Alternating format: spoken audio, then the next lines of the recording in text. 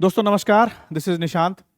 26 जुलाई को जो हमारा 72nd बीपीएससी प्रीलिम्स था वो पोस्टपोन्ड हो गया और अभी तक कमीशन की तरफ से और ना ही कुछ कॉन्क्रीट टाइम निकल के आया है कि एग्जाम कब होगा। कोई कह रहा है कि ये लास्ट वीक ऑफ सितंबर में होगा, किसी का कहना है कि ये हो सकता है 10th ऑफ अक्टूबर के अराउंड हो और कोई इसको दिसंबर तक ले जा रहे हैं।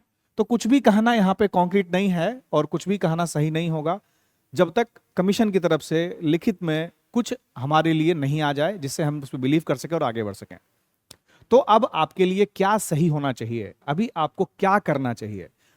प्रीलिम्स की परीक्षा जो 26 तारीख को थी उससे जस्ट एक वीक पहले सैटरडे इवनिंग को आपके पास इंफॉर्मेशन आ गया था कि एग्जाम पोस्टपोन्ड हो रहा है। तो जो सैटरडे इवनिंग तक आपने पढ़ाई की थी, मात्र एक हफ्ता बचा था, तो आपने होलसम एटलीस्ट 3-4 बार रिवाइज करके टेस्ट सीरीज देके अपने आप को रेडी कर लिया होगा प्रीलिम्स के लिए।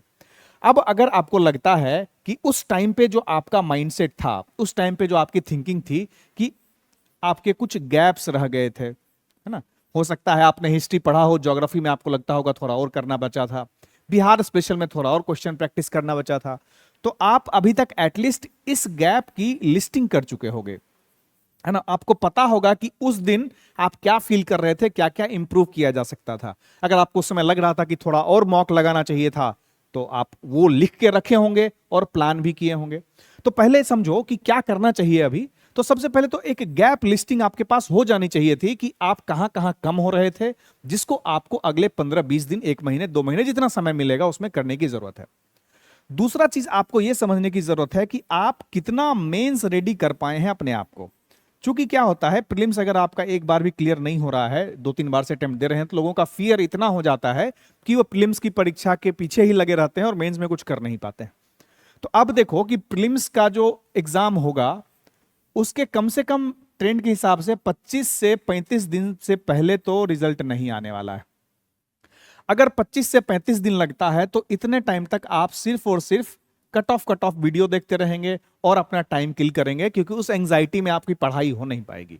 तो आप कुछ ऐसा कॉन्क्रीट प्लान कर लें कि प्रीलिम्स के बाद आप 1 वीक का गैप ले लेंगे, 1 वीक आप रेस्ट कर लेंगे, उसके बाद आप रिवीजन स्टार्ट कर सकते हैं। तो आप यहां जो रिवाइज करेंगे, क्यों ना आप उसको पहले ही पढ़ लें।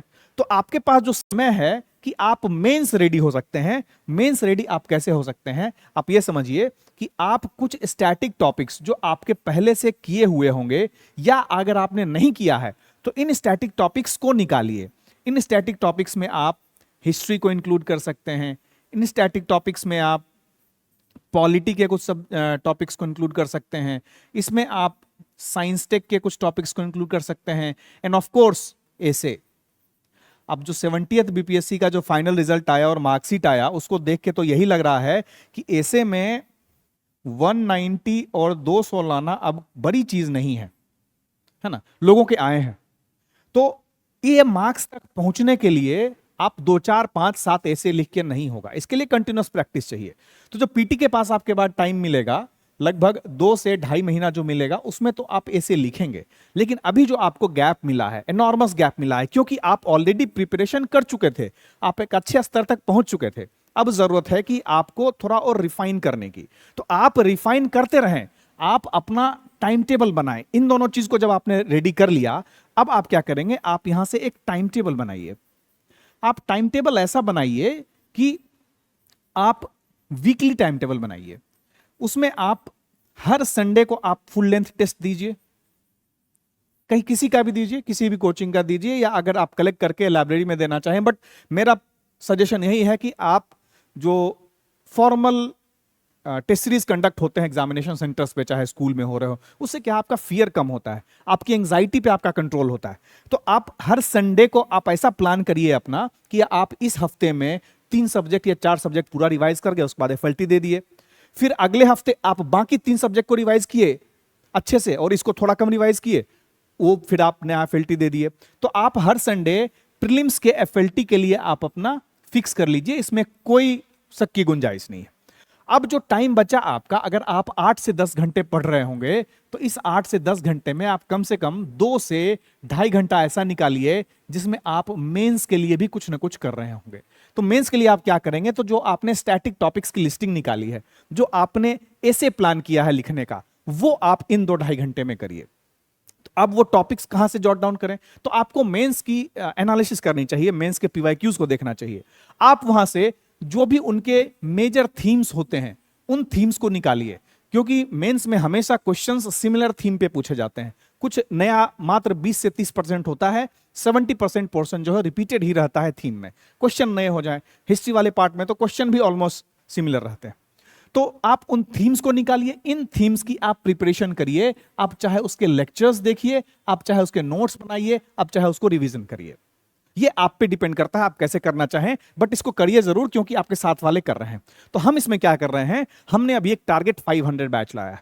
हम इसमें क्या कर रहे हैं कि जो हमारा GS1 है वो आप देखेंगे 300 नंबर का होता है, GS2 ये भी 300 नंबर का होता है, और जो एसे है ये भी 300 नंबर का होता है।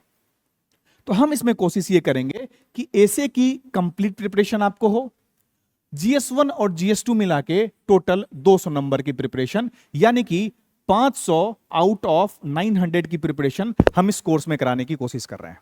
हम इसमें क्या करेंगे कि प्रीलिम्स 72वीं प्रीलिम्स का जब डेट अनाउंस होता है उससे काफी पहले हम इसको फिनिश करेंगे। हम इसमें कुछ इंपॉर्टेंट थीम्स हमने जॉट डाउन किए हैं। हमने पॉलिटी को कंसीडर किया है, हमने हिस्ट्री के कुछ टॉपिक्स को लिए हैं, और एसे को कंप्लीट लिया है। हम इसमें डेली एक लेक्चर होगा, और उस एक एक लेक्चर करके हम जो सेलेक्टेड टॉपिक्स हैं इसके, जहां से मेजर सवाल पूछे जाते हैं, बहुत लोगों को पता भी होगा, एक परीटो प्रिंसिपल होता है। परीटो प्रिंसिपल क्या कहता है ना कि जो 80% ऑफ द प्रॉब्लम्स होते हैं वो मात्र 20% ऑफ द रीजन से होते हैं। तो उन्हें 20% को अगर रिजॉल्व कर लिया तो आपकी 80% प्रॉब्लम सॉल्व हो जाएंगे।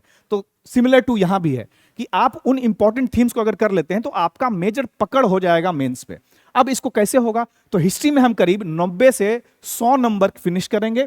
90 से 100 नंबर के जो पोर्शंस पूछे जाते हैं उसको हम कोशिश करेंगे कि अपने इस टारगेट 500 में फिनिश करें। फिर पॉलिटी के भी 90 से 100 नंबर के दोनों मिला के हम कोशिश ये करेंगे कि जो स्टैटिक टॉपिक है हमारा 200 नंबर हमारा कवर हो जाए। फिर एसे का जो कंप्लीट 3 एरिया आता है, एसे में 3 ऐसे पूछे जाते हैं। जो तीसरा एसे है बिहार स्पेशल का, बहुत इंपॉर्टेंट होता है और बहुत बड़ा रोल प्ले करता है। एसे का आप जानते होंगे बहुत बड़ा रोल होता है आपकी रैंक में। अगर आप क्वालिफाई कर जाते हैं तो GS1 और GS2 में जितना एफर्ट डाल के आप नंबर बढ़ा सकते हैं उससे कहीं कम एफर्ट एसे में डालना पड़ेगा। लेकिन ये आपको कंसिस्टेंसी मेंटेन करनी पड़ेगी, इसमें कंटिन्यूस आपको इस पे काम करना पड़ेगा। तो हम लोग कौन कौन से टॉपिक्स कवर करेंगे, तो हिस्ट्री में हम लोग tribal and peasant revolt cover करेंगे, रिवोल्ट ऑफ 1857 कवर करेंगे। आर्ट एंड कल्चर में जो आपके अलग अलग आर्ट पूछे जाते हैं, मॉडर्न आर्ट, पाला आर्ट, पटना कलम, हो सकता है न्यूज में था टिकुली आर्ट हो, या फिर मधुबनी पेंटिंग हो सकता है पूछा जाए, या फिर जो इवोल्यूशन ऑफ केव्स के बारे में पूछता है, या टेंपल आर्किटेक्चर के बारे में पूछता है, तो ये सब हम इसमें कवर कर लेंगे। और इंपॉर्टेंट पर्सनालिटीज जैसे महात्मा गांधी के बारे में हमेशा एक सवाल रहता है, या फिर टैगोर के बारे में सवाल रहता है ना। तो इन सब पर्सनालिटीज को हो सकता है जेपी के बारे में पूछे, या कर्पूरी ठाकुर के बारे में पूछे, कुछ ऐसा इंपॉर्टेंट पर्सनालिटीज को पूछे, हम इसमें कवर करेंगे जो भी रेलिवेंट है बीपीएससी पॉइंट ऑफ व्यू से। इसके साथ आपको पॉलिटी में constitution and constitutionalism, preamble, directive principle of state policy, fundamental rights and duties, local self government, centre state relation, president and governor. इसके साथ एसे का जो हमने बताया आपको कि जो 3 एरियाज हैं, तीनों एरियाज को हम कवर करेंगे। तो जैसे आप प्रीलिम्स में मॉक देते हैं, बिना मॉक दिए आपको लगता नहीं है कि आपकी प्रिपरेशन फिनिश हुई है या अप टू द मार्क हुआ है, आपको अपने नॉलेज गेन किया है उसको प्रैक्टिस करने की भी जरूरत होती है। उसके लिए हम कुछ टेस्ट भी लेंगे। टोटल 3 सेक्शनल टेस्ट हिस्ट्री के होंगे, 3 सेक्शनल टेस्ट पॉलिटी के होंगे, और 4 सेक्शनल टेस्ट एसे के होंगे। मतलब टोटल 10 टेस्ट होंगे, 10 टेस्ट इवेलुएट होंगे। ये कोर्स ऑफलाइन में भी अवेलेबल है, ये कोर्स ऑनलाइन में भी अवेलेबल है, और जो हमारे स्प्रिंट के स्टूडेंट हैं उनको इसमें स्पेशल डिस्काउंट वगैरह रहेगा।